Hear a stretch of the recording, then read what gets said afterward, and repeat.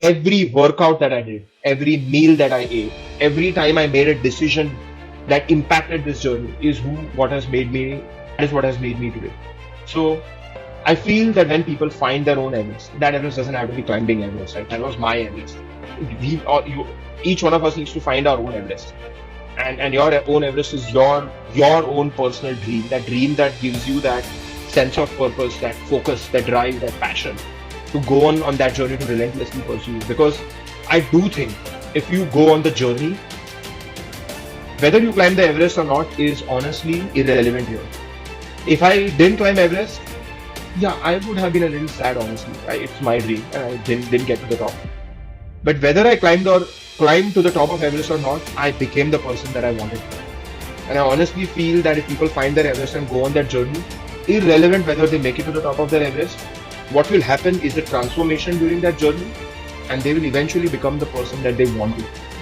And finally, what tends to happen is that once you go on top of one Everest, you find your next big peak.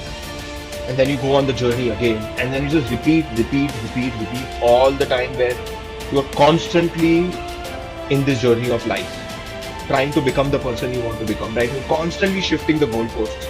Okay, I have gotten here now I want to get there. And you take a journey and get there. And then repeat. And constant transformation. And I truly believe this constant transformation, this constant learning, this constantly becoming a new self, I think that is life at the end of the day. I mean, people have their own definitions of life. This is my definition of life. This is what life is.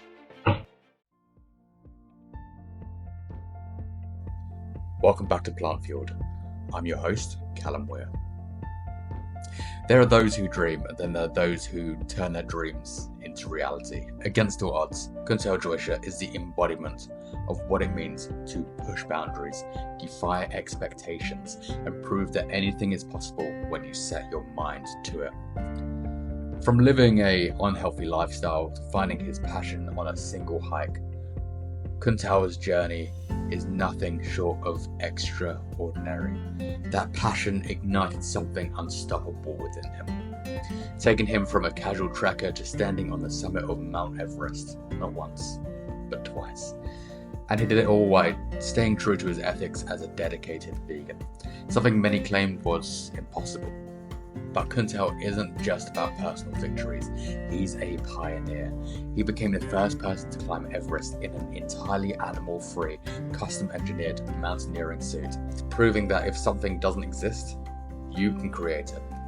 He didn't just wait for the world to adapt, he made it happen. This conversation is about more than just mountains. It's about finding your own Everest. It's about passion, perseverance, and the power of belief. Because if Kuntal's journey teaches us anything, it's that when you refuse to accept limits, there truly are none. Before we dive in, if I can ask one small favour, hit that follow button, leave a review, or give a star rating. Whatever the platform you choose allows you to do. It's a small action that makes a huge impact. It helps this podcast grow, reach more people, and bring you more incredible guests like Kuntal. Thank you for being here. Thank you for supporting the show, and thank you for being part of this journey. Here's Kuntal Joisher. Let's dive in. Peace and plants. Kuntal, welcome. Thank you. Thank you so much. Really appreciate you inviting me and look forward to our conversation. You've achieved a lot in your lifetime. You've achieved things that most people couldn't even dream of doing. Not only that, feats that the majority of people think aren't possible. Including, climbing Everest, not once, but twice, becoming a nutrition and fitness coach, a TEDx speaker, and creating an adventure company, and doing all of these while being vegan. Honestly, if 15, 16 years ago you would have told me that I was going to leave my very well-paying job as a director of India operations of a software company and go along on this journey of climbing some of the toughest and tallest mountains of the world, I would have asked, first of all, I would have laughed at you, and then I would, my next question would have been, what are you smoking, my man? That is what I would have done. Because honestly, climbing mountains was never part of my life or never part of any of my dreams as well. I was this very typical happy-go-lucky guy who was just okay in his life and just going along. I did my master's degree in United States in computer science. I got a job there. I moved back to India because we were expanding here in India, and I wanted to take care of my father. So both of them kind of worked out really well together.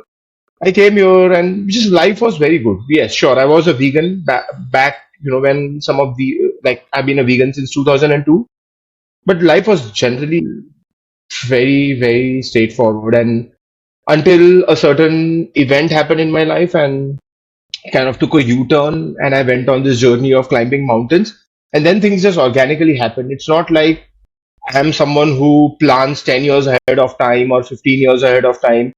If there's something I've learned from the mountains is mostly to live in the moment. And while it may sound very cliched, because you'll hear this everyone saying online, and so much content around this, but honestly, when you are living in the mountains, it's all existing in the current moment, and making decisions in the current moment. Of course, you are a little bit more future minded, but not like 15 years ahead what I'm going to do. Again, if you would have told I would have become a nutrition and fitness coach, honestly, I would have like said that is not happening. Like, imagine leaving a super well paying job and then making almost 100x lesser, than what I was making like 15 years ago. No one would, like I would have never thought about that. So this is a very like so many journeys, all interconnected, and all of these journeys I went on, and I'm still on one. So I don't know where this is going to take me. I absolutely love that. The fact that you being kind of one with nature has taken you on this journey. But if we were to take it back to the start, what's the journey that kind of led you on this extraordinary path of completely changing your diet? Because of course, like you grew up vegetarian and in India, and it wasn't until you kind of flew into the States that you kind of had made that life changing Right, shift. right, right. So as you rightly pointed out, I was a vegetarian, born in a vegetarian family, and consequently grew up not eating any meat or, for example, any eggs or any of those things. And then when I went to the United States and I started like an on-campus job and I was making money on my own. So after paying the rent and everything, I still had savings, and this was a time where I could really buy things. And look, when back in India, like in the late 1990s or early 2000s, we didn't have malls, we didn't have like massive grocery stores, we didn't have any of that. So we didn't have access to like some of these food items. So when I came to the US and I went to my first grocery store or went to my first mall, and I was exposed to some of these amazing like food items, I really wanted to try them out.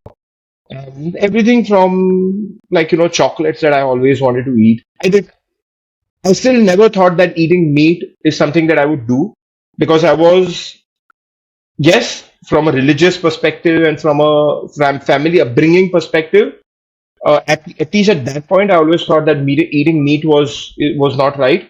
And to a certain degree, I also connected with the fact that we would be taking away some other animal's life and eating that animal.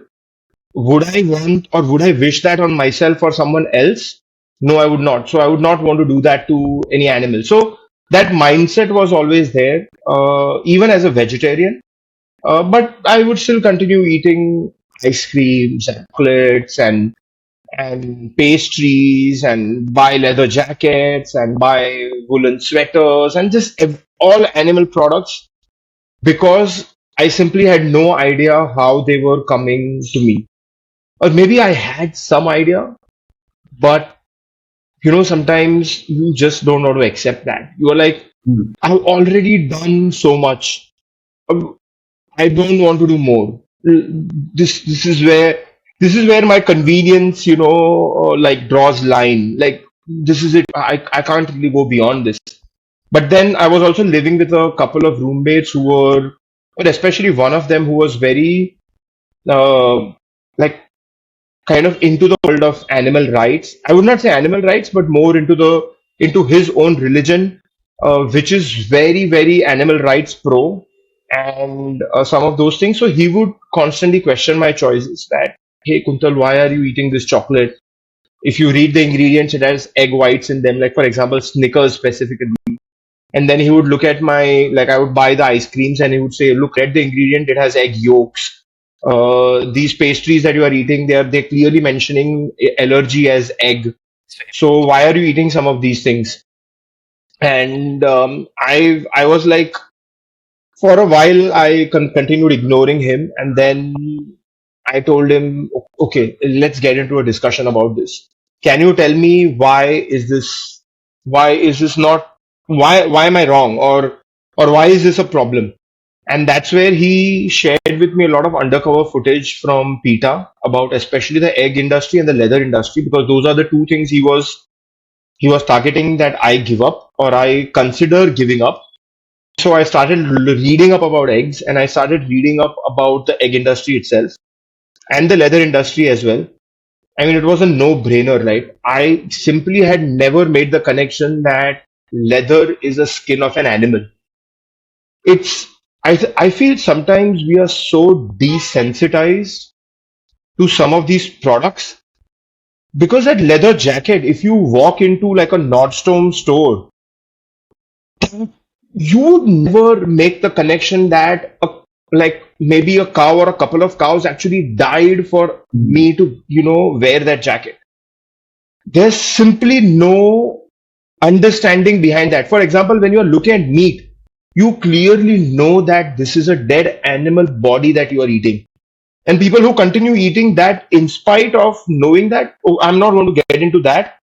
But with leather, it's a little tricky. You just go into a store and you buy it. Where's the cruelty? It's just very difficult to make that connection. If, like, on it of every leather jacket, they had shown this was the cow that was killed in a certain way, and they actually show skinning that cow alive or even dead, I think leather industry would go bankrupt. They would just shut down most likely if there was a video besides every leather jacket in every store on the planet. But I simply didn't have access to that information.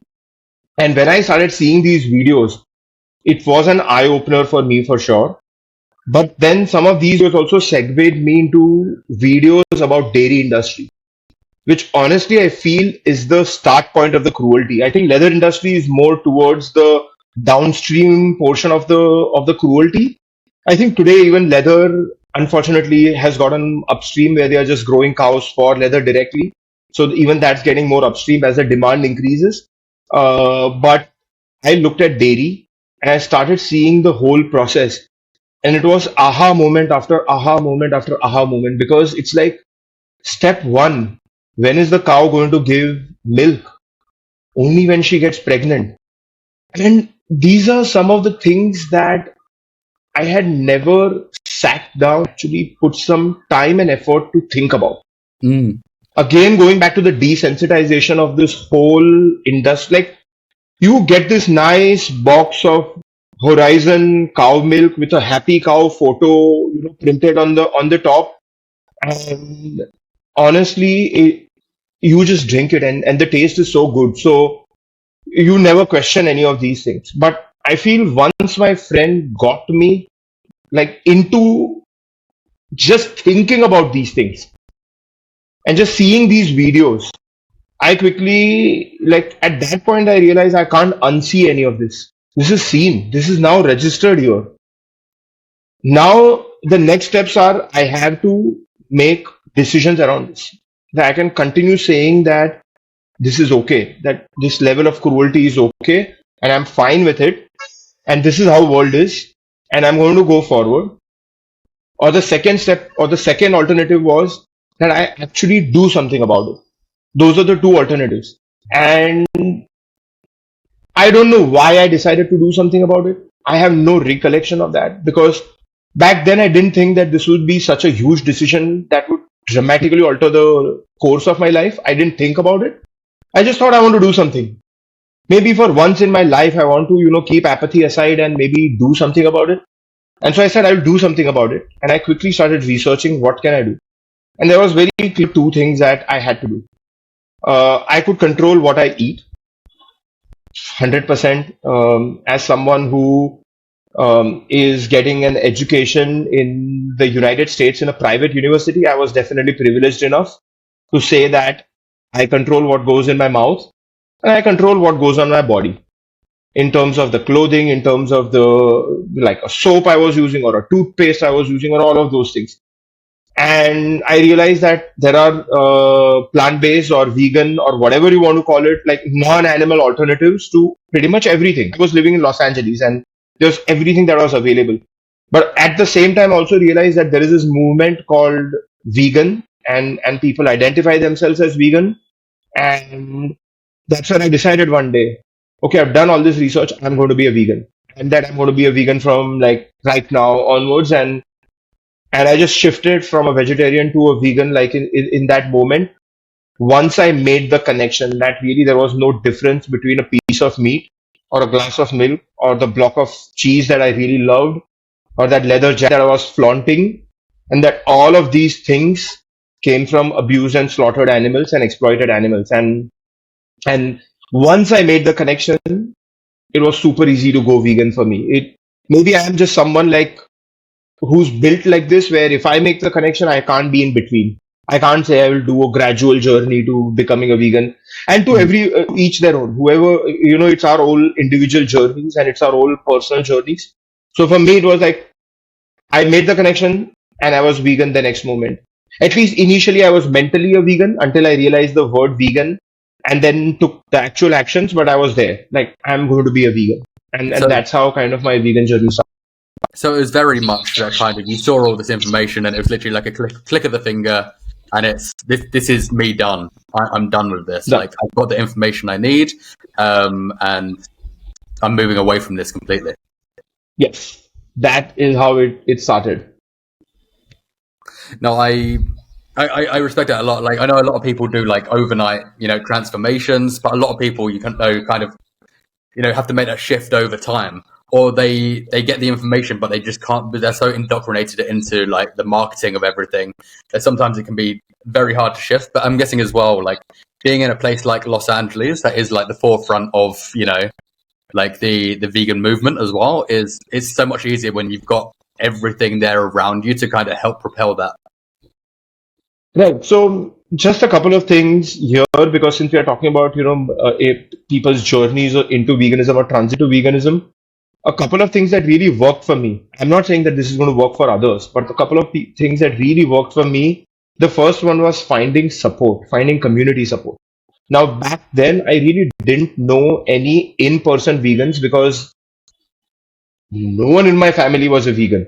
Heck, I don't think I knew any vegan in entire India. So finding some back home was not an option. But I was living in Los Angeles, so it would be smarter to find support in Los Angeles. But again, there was no vegan around me. But luckily, I found support online on a community. Like, back then there were forums. We didn't have social media and some of those things. That was the flavor of social media back then. So there was this website which, a lot of earlier vegan, it was called vegan porn. And while they say vegan porn, it was everything about veganism, and just there was a huge community in United States and Europe that was part of this forum, and I found a lot of support there with tons of people with wide range of mindsets and thought processes, and from everyone from Republicans to Democrats to just hardcore left wing to hard like everyone of all genders and races and countries, so much diversity on that forum around just, and everyone with connected with some one common ground of veganism. So I feel that was very crucial in finding that support, because I was so alone and I had no idea at sometimes, but just finding that support was really crucial. And I think second thing that really made a difference was availability of vegan foods very easily.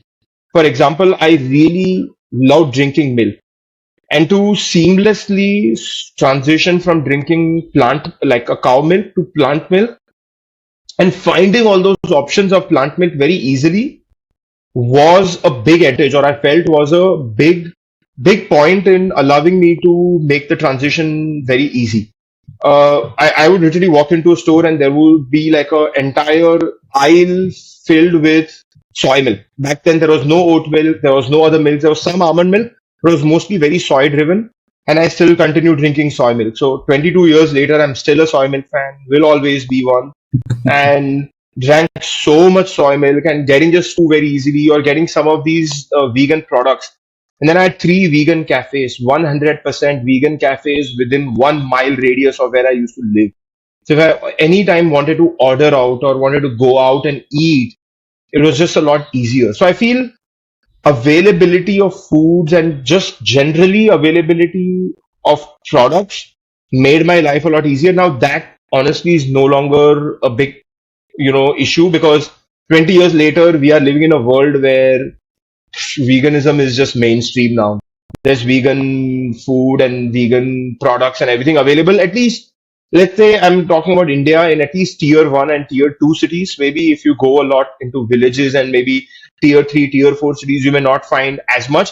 But still, something like as simple as soy milk and tofu, you literally find anywhere and everywhere you go across the country. So I think those were really two things I found, and I tell even to newer vegans is that as you transition into veganism, I think find your community, find your tribe. I think that's really, I feel that was very important. And products is no longer as important, but I do think it can make the journey earlier portions a little bit more better. At the end of the day, I still kept thinking that I'm thinking about my suffering, right? Like, oh, I'm not getting the same taste, or oh, I really love that cheesecake, but I'm not getting cheesecake. But think about the billions of animals that are getting slaughtered. Like, this suffering that I am thinking is suffering is not even suffering.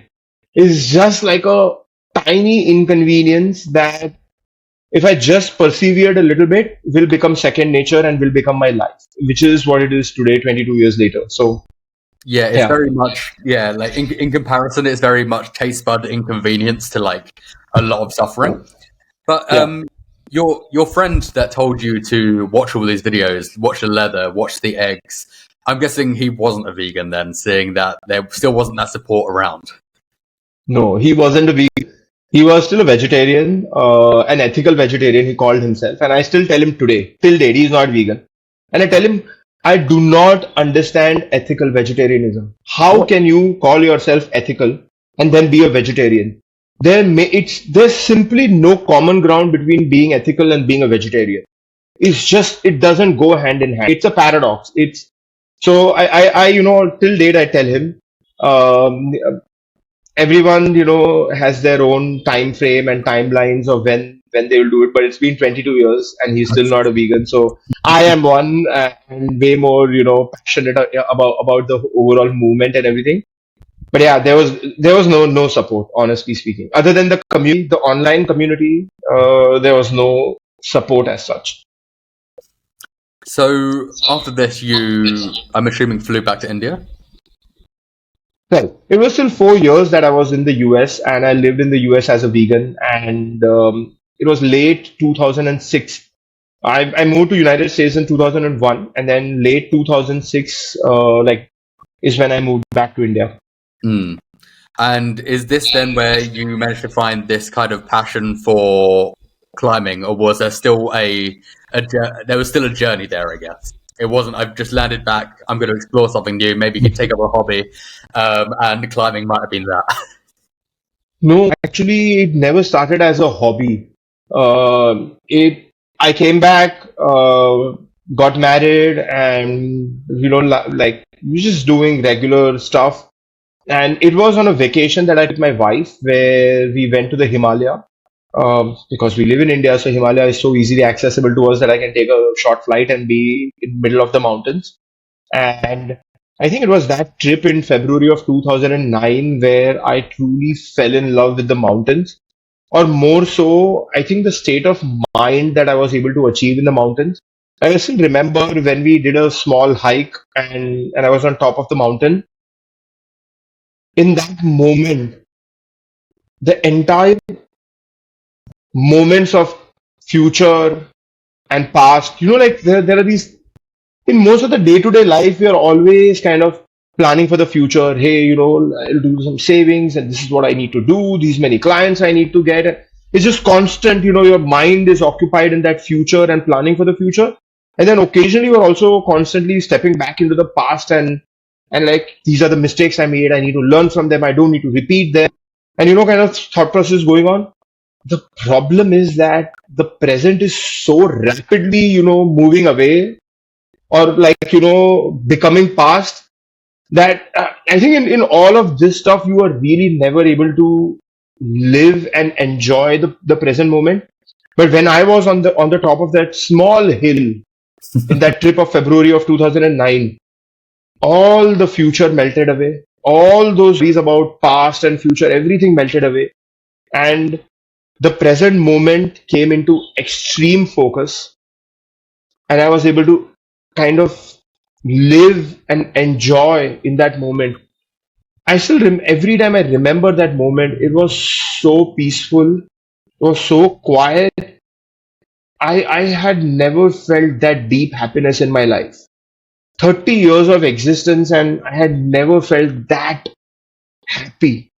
And I thought, this is so amazing. If I can feel this way for the rest of my life, it would be so awesome.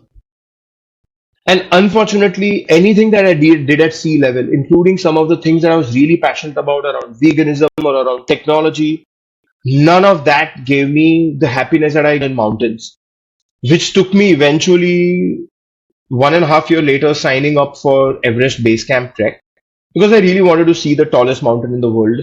As a kid, I was always fascinated by the journey of Sherpa Tenzing and Sir Edmund Hillary. And I thought, now I have the money, now I have the time. When is it that I'm going to do this? Right? Like a lot of people will constantly think, maybe 3 years later, once I have all this money saved and everything done, I'll go and pursue everything. I'm that I have the money, I have the time, I'm just going to go and do it now. And so I signed up for a trip to Everest Base Camp, and I went to Everest Base Camp.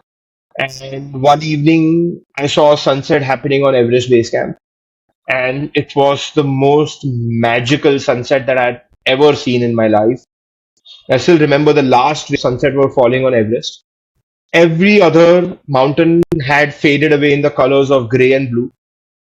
Everest in middle was burning golden in color, as if someone had lit the entire snow on fire. When I saw Everest that way, I was standing and our whole team was standing. We were all outside a dining tent and we were all looking at Everest in awe. But for me, something changed that moment. I decided that I am going to climb Everest. And of course, Everest willing, I will come one day and I will stand on the top of that point. And it seemed very impossible. Like, to give you a bit of an idea, back then, look, I was a vegan, and people think that vegans have this amount of weight loss and all of this stuff happens, but I was still 110 kilos and I was still obese. I was still very unhealthy. I was an ethical vegan, so I really didn't care about what I ate.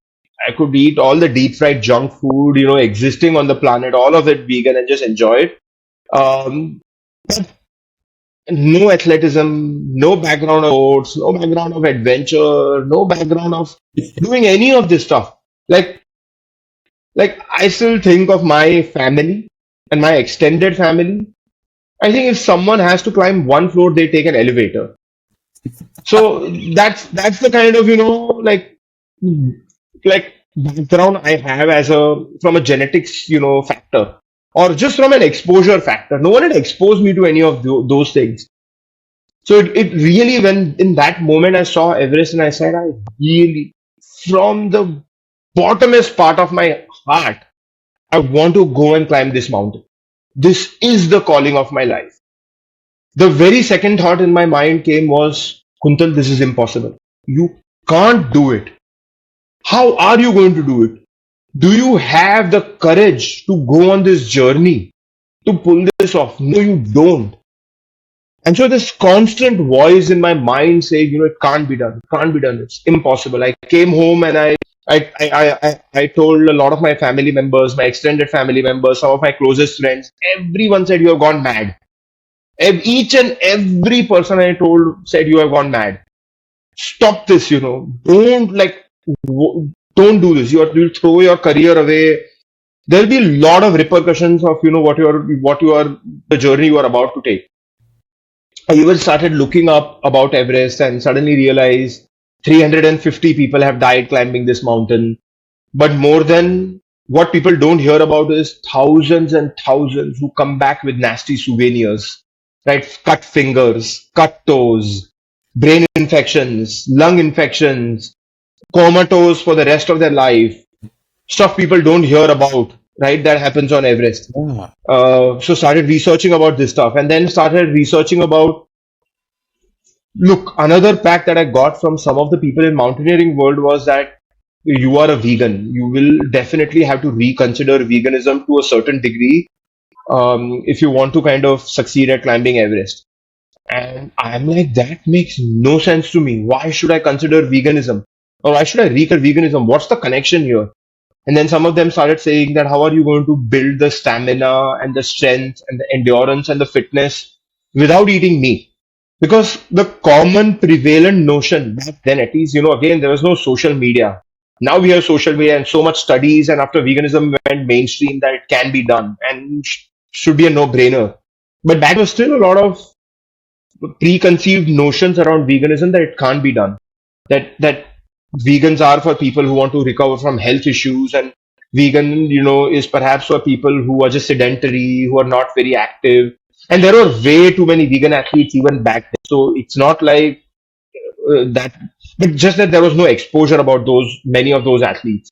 So I am like, there's pushback from every angle. There's impossible, coming from practically every side, including that voice in my head, which is saying it's impossible for you to do. So that moment, though, I took the step and I said, this is my calling and I'm going to do it. And I'm going to do it as a vegan, or I'm not going to do it at all. And that was very clear in my mind. And that I'm going to start this journey and we are going to see how it works. So that's how kind of the journey began. Um, as I said, it was not a hobby. It's not like, hey, there are these five things that seem really cool. I'm going to try out these things. Maybe I'll really like this thing and maybe I'll be able to do it. No, it just popped out of nowhere on that trip, that a vacation that I took with my wife. And then a year and a half later, I saw Everest. I fell in love with Everest and I just decided to climb it. And eventually, over the course of the journey, it also became kind of a symbolism as, or more like my activism of like saying people that you told me it can't be done and I'm doing it and I'm showing it to you. And that if someone like me with my shitty genetics, shitty background, right, in no background, honestly, and someone who has lived all his life in Mumbai in plus 40 degrees Celsius, if someone like me can go on a journey and climb the toughest and the tallest mountains of the world as a vegan, I think none of you have an excuse not to be a vegan. It's as simple as that. No, I completely agree. Especially like I think there's a lot of feats that people assume that you just can't do as a vegan, whereas you've gone out there proving that you've climbed Everest not even once, twice, eating completely plants, nothing else, and you're absolutely fine, and you're still healthier than the majority of people out there. So there's you. I'm guessing you then had to go on a journey of weight loss, a journey of fitness to get yourself in a position to be able to actually climb up Everest. So that evening when I was standing in awe of Mount Everest, looking at that sunset, I entered the room. I mean, I entered the dining tent again, and on the right side of the dining tent, there was this massive picture wall that our expedition leader Tim Rippel used to love to put up on all his expeditions. On that wall, there were many photos of dead climbers and people with amputated nose and amputated ears and amputated, even like their that I think cheek area, so their cheek area as well, and their fingers and their toes and all these gory pictures and I looked at the wall and I'm like, this doesn't seem like a very good marketing strategy. I mean, you want us to climb Everest or you don't want us to climb Everest? Like, and he's like, Kuntal, this is serious ball game. If you make any mistakes on Everest, I will have to put your photo on this wall too. And it's that is what Everest is. So my next question to him was then, Tim, how do I prepare? What is the secret behind climbing Everest? The answer very abstract, very vague, but that is something I have followed for the rest of like the last 15 years or so. His answer was, Kuntal, to climb to the top of the world, you need a top of the world body and you need a top of the world mind. And those were the golden words that have become the central tenet of my life. Is that I had to work on building a top of the world body and a top of the world mind, but within my context. Not like, comparing it to someone else or not trying to, say that this is who I am and where can I get to tomorrow, the year after, maybe a decade later, maybe a couple of decades later. That is always my thought process. And that's how the journey began. I had, it was not a fitness journey. It was not a weight loss journey. It was not a nutrition journey. It was honestly a transformation of my entire life. I went from someone who could barely run 100 meters without huffing and puffing to actually going and running many, many, many half marathons and then later on even ultra marathons. Someone who literally thought that getting to the shelf at midnight and getting access to that big snack box was like a big expedition to someone who could actually do treks relentlessly during the weekends for 12 hours, 14 hours, 16 hours without eating any food and water.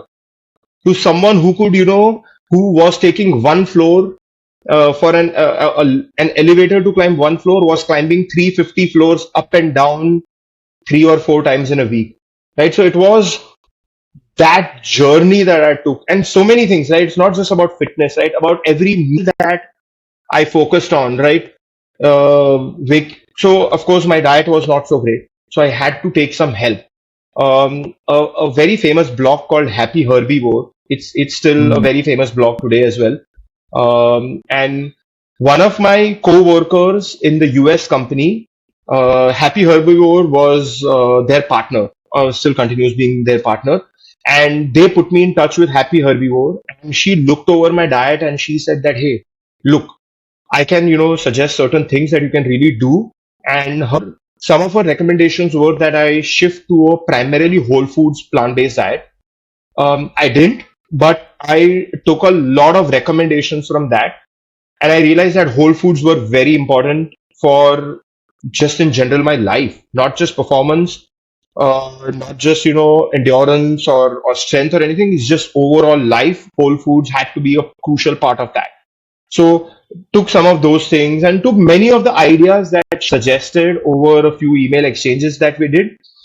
And it was not about going from 0 to 100 the next day, but it was about just showing up and putting in that time and effort and making, like every good meal was contributing to my overall transformation that I was trying to do. Right? Because I had to transform my life. I had to go from that guy who was 110 kilos, obese, unhealthy software engineer, to someone who was going to build that top of the world mind and body and eventually attempt climbing Everest. So I had to go on that journey. And and I do think every single one of the gym session, endurance session, stair climbing session, proper meals, proper sleeps, every day that I stayed hydrated, each one of these things contributed to what I am today. And they continue contributing to where I want to go eventually. It is, those small, like to, use a baseball analogy, people are constantly trying to think of hitting home runs at the right moments in their lives. Like rather than thinking of just collecting many, many, many singles and just, it's easier to collect singles and you just collect them and you collect them and you collect them and you collect them and suddenly you realize now you have won. And then you go to the next game and you do the same and you just repeat. And yeah, occasional home is fine, But honestly, if you're trying to hit a home run all the time, look at the statistics in any sport, simply not going to fly, right? It is those small victories that you accumulate over the period of so many years is what is going to make you or break you at the end of the day. So I feel as I look back on the journey, every time that voice in the head said this 350 flows is going to be really hard, overcoming that voice in the head and actually pulling off that 350 flows, yes, it gave me a physical fitness edge. Don't get me wrong. Every good physical fitness session was improving my physical fitness. But I think it gave me something very crucial, which a lot of people don't understand, is that it gave me mental fitness. Every time you overcome that voice in the head, you build a little bit more and more and more mental muscle. Right? Like look at the world of resistance training. I really love the world of resistance training and I take so much analogies from that world. Let's say today I'm working out, I want to build my biceps, right? I have a very simple goal. Let's say that's my goal. And I go and start working out, doing a bicep curl with a 5 kg dumbbell. At some point, let's say my rep, I'm going to do 12, 13 reps every time. Maybe 2, 3 weeks later, 12, 13 reps are no longer very difficult for me. My body, my mind, everything has adapted now. So I, go to 7.5 kgs. Now my mind is getting, bodies both are getting a new stimulus and they are going to adapt to that stimulus. And they are going to continue adapting as I go to 15, 20, 25, 30 kgs. If I was at 5 kg dumbbells and if I'm lifting 30 kg dumbbells, there is no way that my muscle size will not increase. Of course, there's some nuances where you have to eat enough food and do all of those things. There's simply no way that sheer by pure strength gains, you will be lifting a 30 kg dumbbell for the same amount of reps. You will gain the muscle size. And I truly believe that if you want to gain muscle, mind muscle, the blueprint is pretty similar. I think you have to constantly provide your mind a stimulus that it can adapt to, and it can continue getting stronger and stronger and better. And so it was a combination of both physical and mental fitness journey in has been one in the last 15 years, and I'm sure it's going to be the same for the next 15 years as well. So um, that's the journey I was on to build that. And once I felt I think I did that for about 5 years, and I felt reasonably confident because I'd also climbed many mountains by then on a vegan lifestyle and prove to myself, not prove to anyone else. Right, the first thing I had to prove is to prove to myself that it can be done before trying to take a loudspeaker and announce to the world that it can be done. So I did that. At some point, I was confident that it's time to now go and climb Everest, and so I segued into like, hey, let's now get going and finish the dream that I had built for myself or I had dreamt for myself. That's amazing, and I think like there's so much wisdom to be taken there for anybody that actually just looking to achieve anything, whether that be climbing a mountain, whether that be going for a run. It is that there's that mental toughness that you do have to create over time, and I think it's very much compounding evidence of what you can do to yourself to create such a mindset that's you can jump any hurdle. When it gets to Everest, your first time climbing. Obviously, I think I'm not too sure if many people are aware that like a lot of the gear that you'd have to use is not vegan friendly in any way, shape, or form. It's very feathers, leather, and other kind of animal derivatives, I guess. So way back in 2010, when I did my very first trip, where I went to Everest Base Camp, that is when I started looking at gear. That back then I didn't think that I was going to climb Everest, but for that one trip, I definitely had to purchase some gear. So I quickly realized that everything from my thermals to the shoes I was going to wear to the jackets that I was going to wear, the thermals were made from woolen material. My shoes were made from leather, or so they had some form of leather lining on them. My gloves had some form of leather lining. Even today, 15 years later, wide majority of the gloves that are made on the planet all have a leather palm that's lined so that you can have better grips on the ropes and everything. Or for example, the biggest jackets. So leather, wool, and feathers were prevalent in the entire gear market. and I had to figure out companies that would make synthetic gear. They were not making vegan gear. I just had to figure out because synthetic gear has a great application in world where it's very humid and it's very cold. Because some of these animal items, such as feathers or leather or wool, they really don't work well when it's very, very wet and it's very, very cold. So they start faltering in that environment, and companies have come up with solutions for that, which essentially is synthetic gear. So I was able to find companies that were making synthetic thermal wear. I was able to find companies that were making approach shoes and boots that did not have any leather material because leather tends to freeze in colder environments. So the boots become really stiff and really difficult to wear, whereas synthetic doesn't. So I was able to find some of those things. Leather is not very waterproof, but synthetic is, like very easy to make waterproof. So, or water resistance, whatever you want to call it. So I was able to find some of those pieces of gear. Feather jackets back then, at least some of the more insulated, the more cold weather feather jackets were all made from feathers. There were still not many companies do synthetic insulation.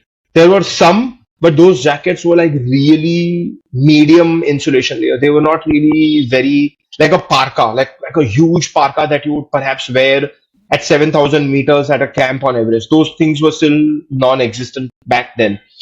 But I said, anyways, I don't have to climb Everest. So for whatever my needs are, I have all the synthetic gear that is very easily available.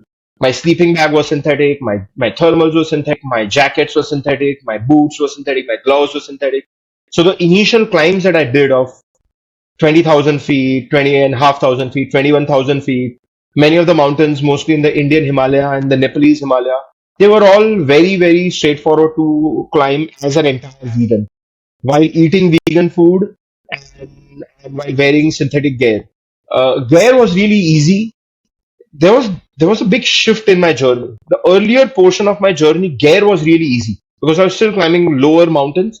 So gear was not very difficult. It was food piece which was very difficult because the cooks simply didn't understand veganism. Like in spite of me exactly telling them what I eat, writing them down, taking printouts and sticking it literally in the kitchen tent, so that they have access to what they don't need to put into my. They would still serve me non-vegan food. For example, I remember one of the expeditions where on the first day the guy brings some cinnamon rolls for everyone, and I asked the cook, "Is this vegan?" And he's like, "This is vegan." And the reason why I accept that is because a couple of days before, I had sat down with that same cook and I had completely tutored him on what veganism meant and what is yes in veganism and what is no in veganism at a bare bones dietary level. So when he said with confidence that yes, this is vegan and he gave me the cinnamon roll, I ate it. I'm like, great, this is amazing. And so for the next 2, 3 days, 4 days, I kept eating the cinnamon roll until on fifth day I saw the guy making the cinnamon rolls and he was breaking eggs and he was putting in the dough. And so I confronted him. I'm like, you kept telling me that the cinnamon roll is vegan. He's like, it's just this much egg. How that is okay, right? I'm like, how is that okay, right? You put this much egg, you put this much egg, you put this much egg. Eh, so he's like, but that's fine. We put a little bit this much in everything. That's fine. And that's where I realized one of the mistakes that I had made is that I had only explained to him from a very like bare bones perspective what veganism is in terms of diet. Like you can put this, you cannot put this, you can put this, you cannot put this. But I never sat down and explained to him my intent or why am I a vegan and why is this so important to me. And so I sat down with the cook and I explained to him, this is my journey, this is why I'm a vegan, and I would really appreciate that you can cook vegan food for me. And I also sat down and I said, let me also understand your challenges. Because I think sometimes we don't understand how tough the life of these cooks are, especially an expedition cook. People think it must be so easy. He just needs to cook for 2 hours in a day and then sit on his ass and do nothing. You don't realize how complicated an expedition is. and what his responsibilities are. I have firsthand seen, gone and lived with them, and I know what their challenges are. And so to cook a completely different set of food items for one person and rest for everyone else, I understand that's such a nightmare for them. So I sat down with him and I said, how can I make your life easy? So, for example, a very simple thing is every morning he would make porridge, and porridge is very common in mountaineering world. Everyone eats porridge. Every mountaineer till date has eaten porridge. You will not find a keto mountaineer, by the way. So those are rare. Those are rare specimens, and even if they exist, they don't exist for too long on the mountains. So so everyone eats porridge, and the way he made porridges was that he would boil the oats in water and he would put milk powder in it, and he would just give it to everyone.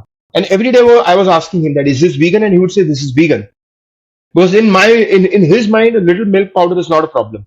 So then I sat down with him and I said that you put oats and you put water and you boil it. You are only going to put milk powder at the very tail end of the process. So can you just remove one bowl for me and then rest of them just put the milk powder and give them the one with milk powder? He's like, I can do that. And similarly, I sat with him and I looked at his everyday schedule and I said, can you do this for me? Can you do this for me? Majority of the items were by default vegan. Right? Like when you're making French fries, you can't make non-vegan French fries unless you're frying them in lard or something. But no one does that today. So, that was very straightforward. So many of the things where I said, hey, this is already naturally vegan what you're cooking. And here are ways for some of these items where maybe you can just skip this, maybe make this veganized. So I sat down with that first cook and I actually coached him how to be a vegan chef as well. And I did that for the next many years for many expeditions and for many companies. That was my bigger challenge earlier on, is to convince these people to give me vegan food because they were simply, struggling with that. So earlier on, Gare was not a problem. Veganism, food was problem.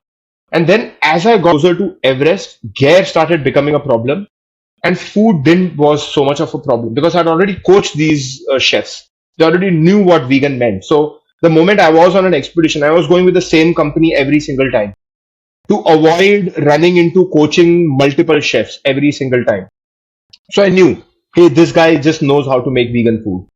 Yeah, I just need to nudge them a little bit that, hey, remember. And with just a little bit of nudge, they were all very good at making vegan food. So that was, out of, no issues. But the next issue was my one piece suit. Every time people summit Everest, they wear something that is called a one piece Himalayan suit or a one piece down suit. This is made from down feathers. And look, feathers, no bird or no duck is going to come to you or no geese is going to come to you and say, Kuntal, you are such a noble person. You are, climbing Everest for, animals. Here, I am willing to sacrifice myself and give you my feathers and go climb Everest for me, on behalf. It doesn't happen, right? No geese will willingly give its feather to us. As simple as that. Each animal in this life truly values their life and wants to stay alive and wants to live their entire life. As simple as much as we want to do. That is clear. When non-vegans make this argument, they are just, doing mental gymnastics, as simple as that.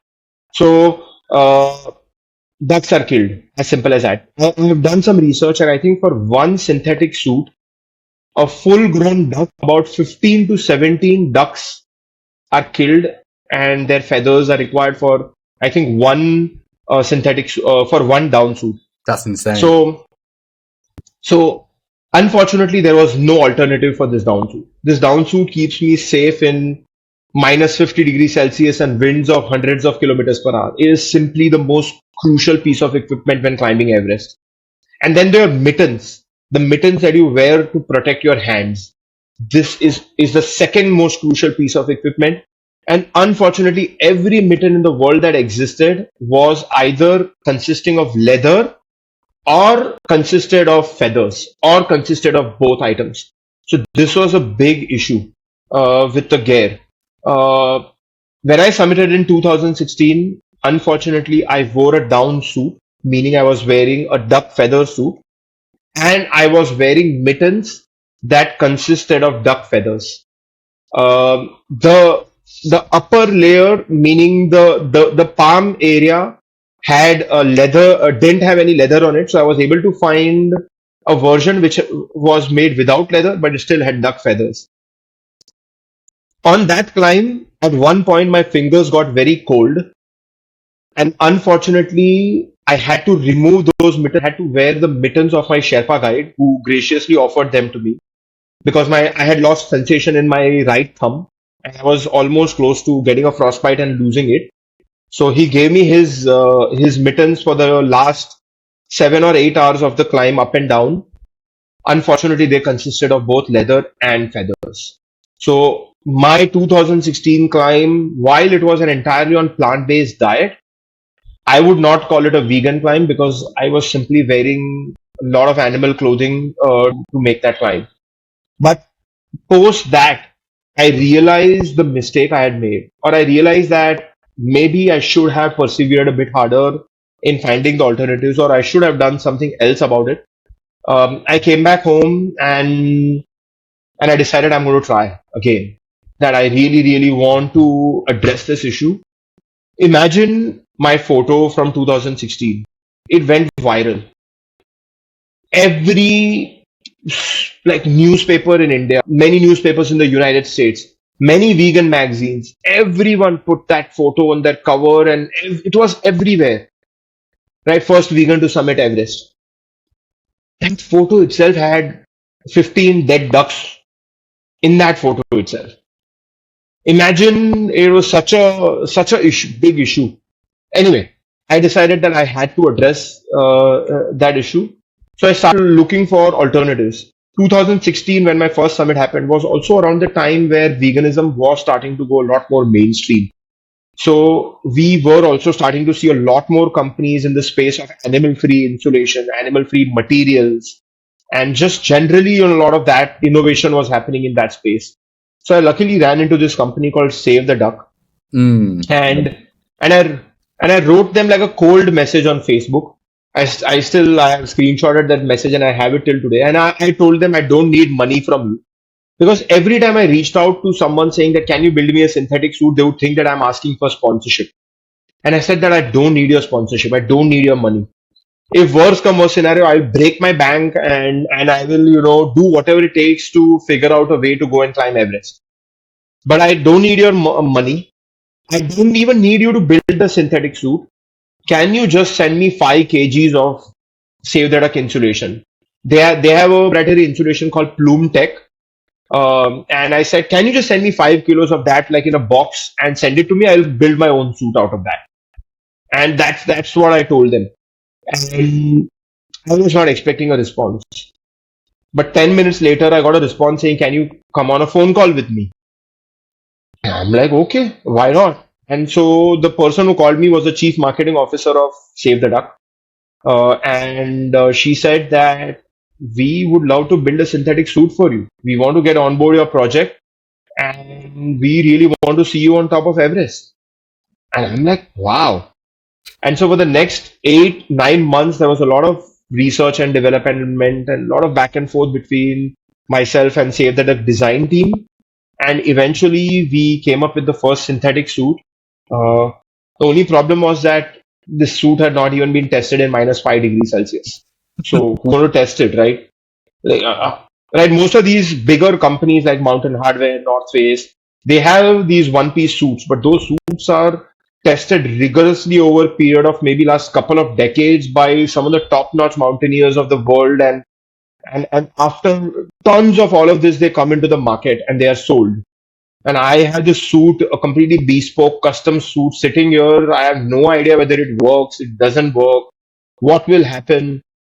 Anyway, so I thought that instead of going to Everest, maybe I can climb a slightly smaller mountain. I can climb a mountain called Lhotse, which is the sister mountain of Everest. And Everest is at 29,000 feet, and Lhotse is at 28,000 feet. So I thought it's still a good enough test whether the suit is going to work.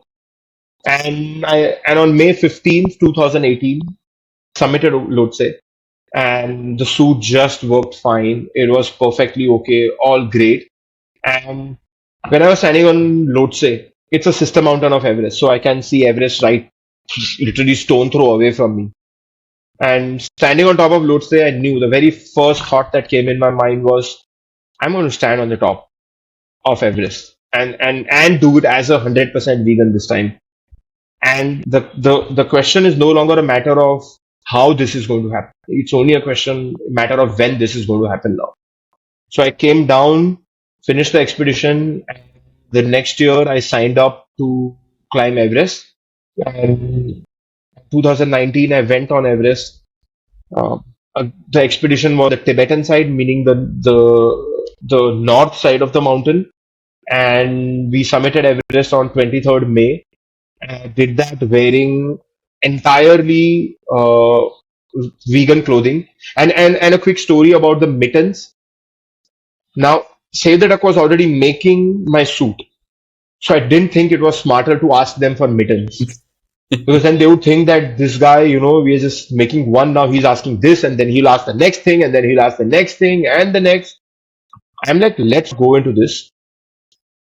I knew a tailor in Kathmandu, and I knew a gear outfitter in Kathmandu. So I had a meeting with both of them, and I said that I just need you to build me a mitten which consists of no animal material.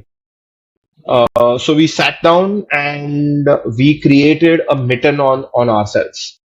And I used that mitten both on Lhotse and Everest. And the mitten has a lot of lot of issues. It doesn't grip the ropes well. There's whole host of issues, but it kept my hands warm and cozy. And for me, that was a number one thing. If it kept my hands warm and cozy, I would be fine with some of the other things on the mountain. And look, summited on May 23rd, 2019. On 5:30 early morning, I was standing on the top of Mount Everest. No animal clothing, no animal food. I had finished my dream. Finished my dream without any animals having to suffer or die for it.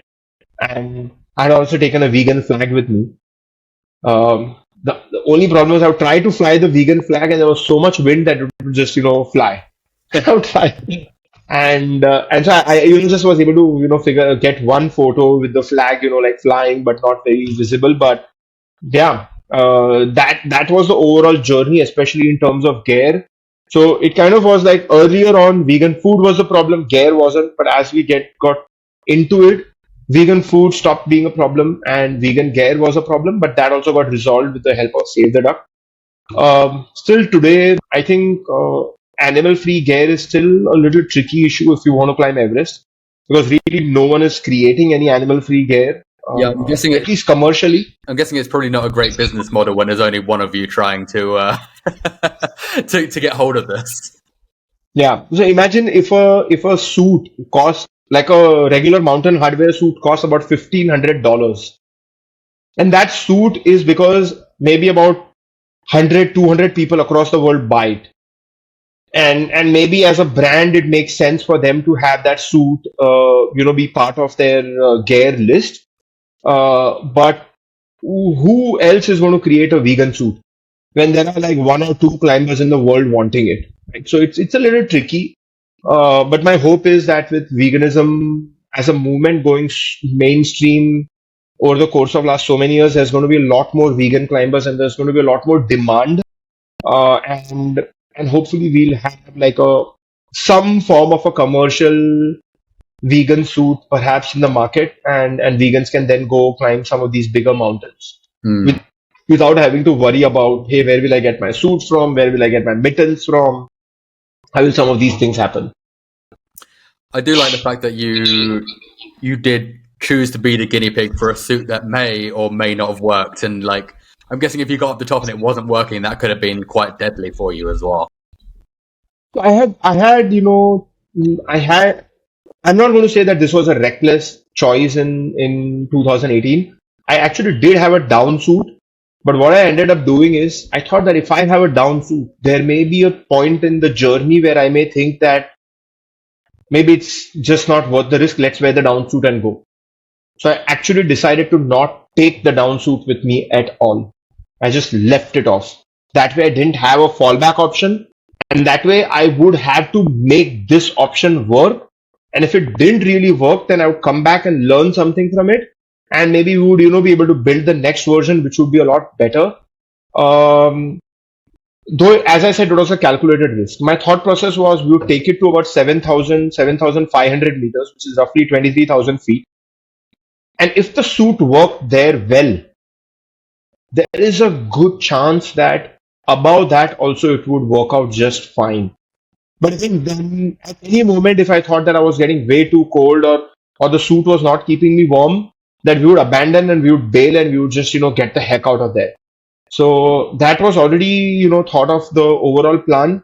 But yeah, I mean it was ironic that I had to become a guinea pig, and we use so many guinea pigs all over the world, like real ones to do the testing, and then you become one yourself and test things on yourself. But honestly, uh, given the mistake I'd made in 2016, I absolutely wanted to fix. I was desperate. I just wanted to fix it.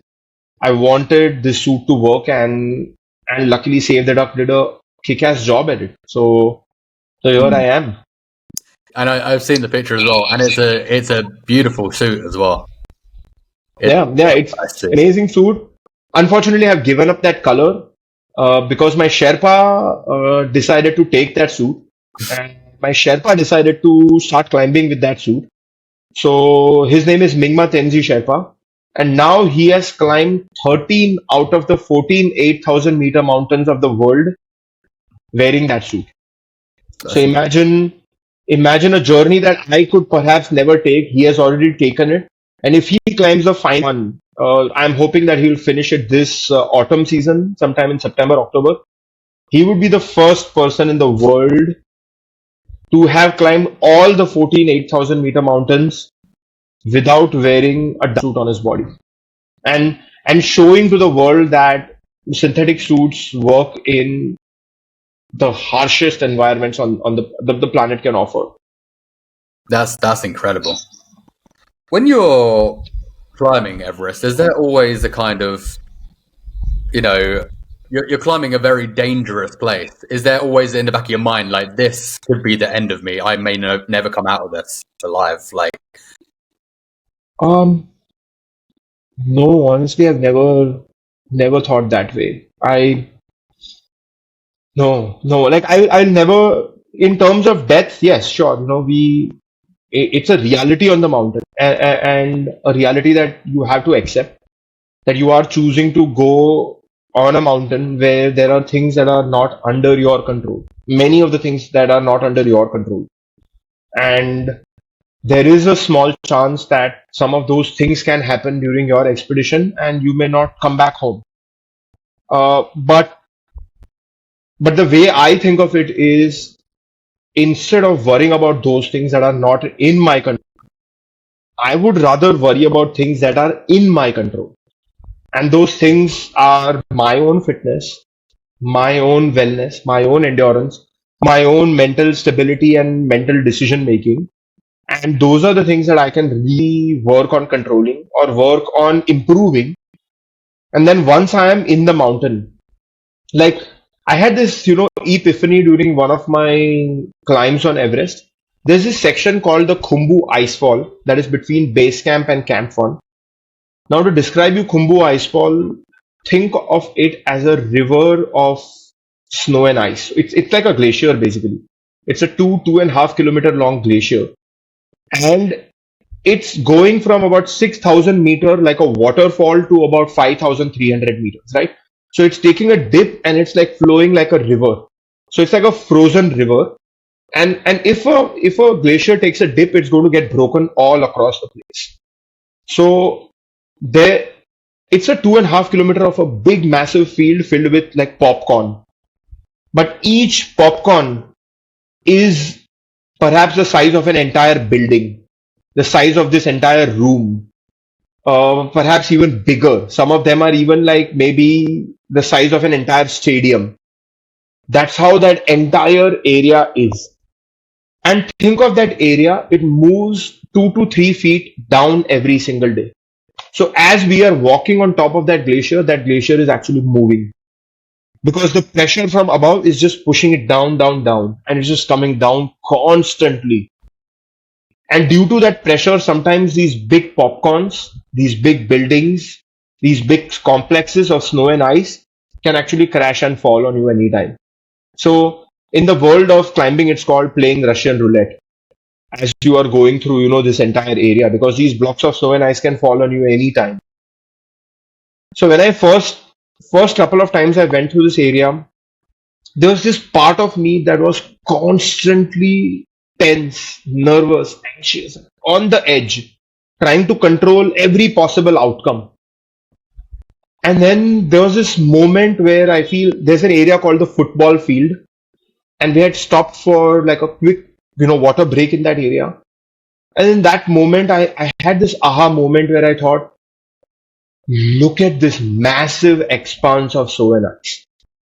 Like if you zoomed out, maybe even just a kilometer out, you couldn't even see me. You would just see snow and ice. I was not even a tiny ant in that massive expanse. And I'm like, what am I trying to control here? I cannot control anything here. This, my life is no longer in my hand as I move through this area. And when I had that realization, I'm like, I just need to surrender to the mountain and just walk. I am not saying when I say surrender to the mountain is that, saw my brain out and keep it on the side and just walk, right? You still use all the skills that you have, the situational awareness that you have built. But at the end of the day, you have to surrender to the mountain. There's simply nothing else you can do here. It's so big. If it wants you dead, and not that it wants me dead, it's not like a human, thinking like a human, right? It's just nature. It is, right? But if it wanted me dead, I would be dead. It's not in my hand. So surrender to it and just walk and enjoy the moment. And so, as I said, just control things that are in my hand. And that is how I am thinking about that moment. And what is my situational awareness? What are my skills? Work on those things. Everything else just forget. And that's how I'm usually, when I'm in the mountains, I'm no longer trying to control the outcome. That whether I'm going to make it to the summit, what's going to happen, those things are not in my hand. What is in my hand is put one step in front of another and just be focused and use and have that situational awareness. Something that a lot of people kind of miss out on is because things can happen very quickly, and if you're not situationally aware, yeah, you are perhaps not going to make it back home. When you got to the top, did you have that same feeling that you had that first time when you climbed that first hill mountain of just pure peace? Like you would Every single time, even when I climb a very small mountain here in Mumbai, after 15 years of climbing, every single time, once I'm in the mountains, I am in that zone automatically. I think now it's become so second nature to me that the moment I'm in the mountains, you are, you have to think of yourself as one with the nature, one with everything around you. Be in that moment, be very situationally just aware of that moment and your surroundings, and climb and exist with the mountain, and it's just pure joy.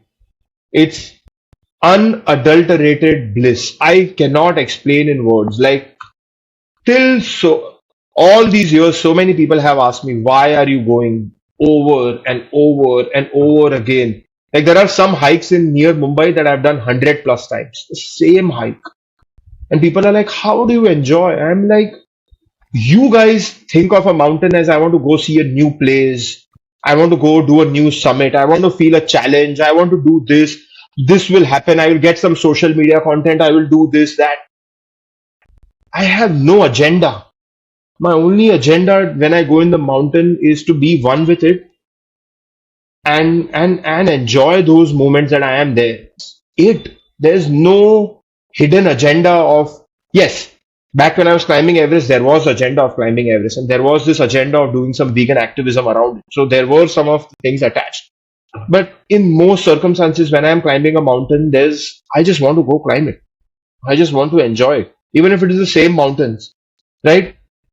Even when I go to one, like if I went to a mountain on January 4th this year, and through certain situations that happened on the mountain, I was not able to summit it. So I came back down. 2 weeks later, I went back again and I summited it. But the mountain had dramatically changed. I had changed. The weather had changed. The air had changed. Everything had changed. The scenery had changed. So many things suddenly changed. And I love that. I love paying attention to those things. Being one with mountain and just enjoying that. So for me, yes, when I was on top of Everest, yes, I had achieved the biggest dream of my life. Don't get me wrong. It was the biggest dream of my life. Still, after that, I've not had a dream which was, has been of that level. But I felt like the same that, okay, I'm now standing on the top, and it was just pure bliss, pure unadulterated bliss. And it happens every time I'm in the mountains. And sometimes, which I wish that I wish I could just go and shift live into the mountains and just be there. That's absolutely beautiful. I absolutely love that. I'm going to let you head off in a second, but just before we do head off, you speak a lot about finding your own Everest. And for the people that may not be, they may be lost, or they may be looking for something. What could you speak a bit to that?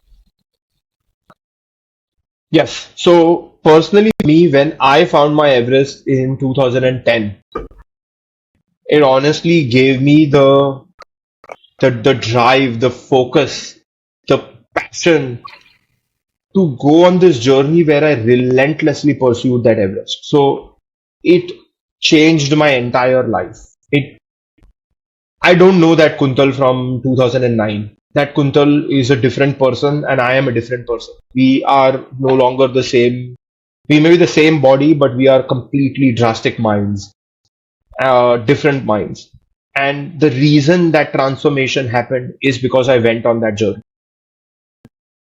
It was every workout that I did, every meal that I ate, every time I made a decision that impacted this journey is what has made me, that is what has made me today. So I feel that when people find their own Everest, that Everest doesn't have to be climbing Everest, right? That was my Everest.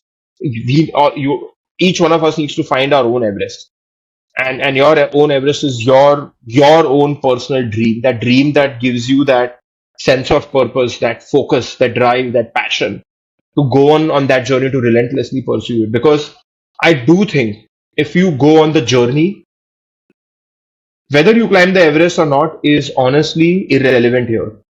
If I didn't climb Everest, yeah, I would have been a little sad, honestly. It's my dream, and I didn't get to the top. But whether I climbed to the top of Everest or not, I became the person that I wanted to. And I honestly feel that if people find their Everest and go on that journey, irrelevant whether they make it to the top of their Everest, what will happen is the transformation during that journey, and they will eventually become the person that they want to. And finally, what tends to happen is that once you go on top of one Everest, you find your next big peak.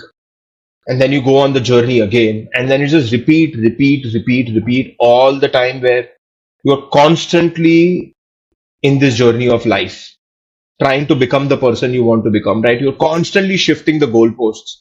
Hey, I have gotten here now. Now I want to get there. And you take a journey and get there and then repeat. And constant transformation. And I truly believe this constant transformation, this constant learning, this constantly becoming a new self, I think that is life at the end of the day. I mean, people have their own definitions of life. This is my definition of life. This is what life is. That's worded perfectly. So for the people that want to find you, if they want to work with you, if they want to go on one of your expeditions, where can they find you? A couple of places. They can find me on Instagram. My handle is at Kuntal J. So they can find me on Instagram. That's where I'm the most active. And second, they can find me on my website, which is www.kuntaljoisher.com. I do think if you just go online and type maybe first vegan in the world to climb Everest, you will run into me if you don't remember my name. That is amazing. Thank you so much for being here. I'm grateful for you. Thank you. Thank you so much. Appreciate you having me on.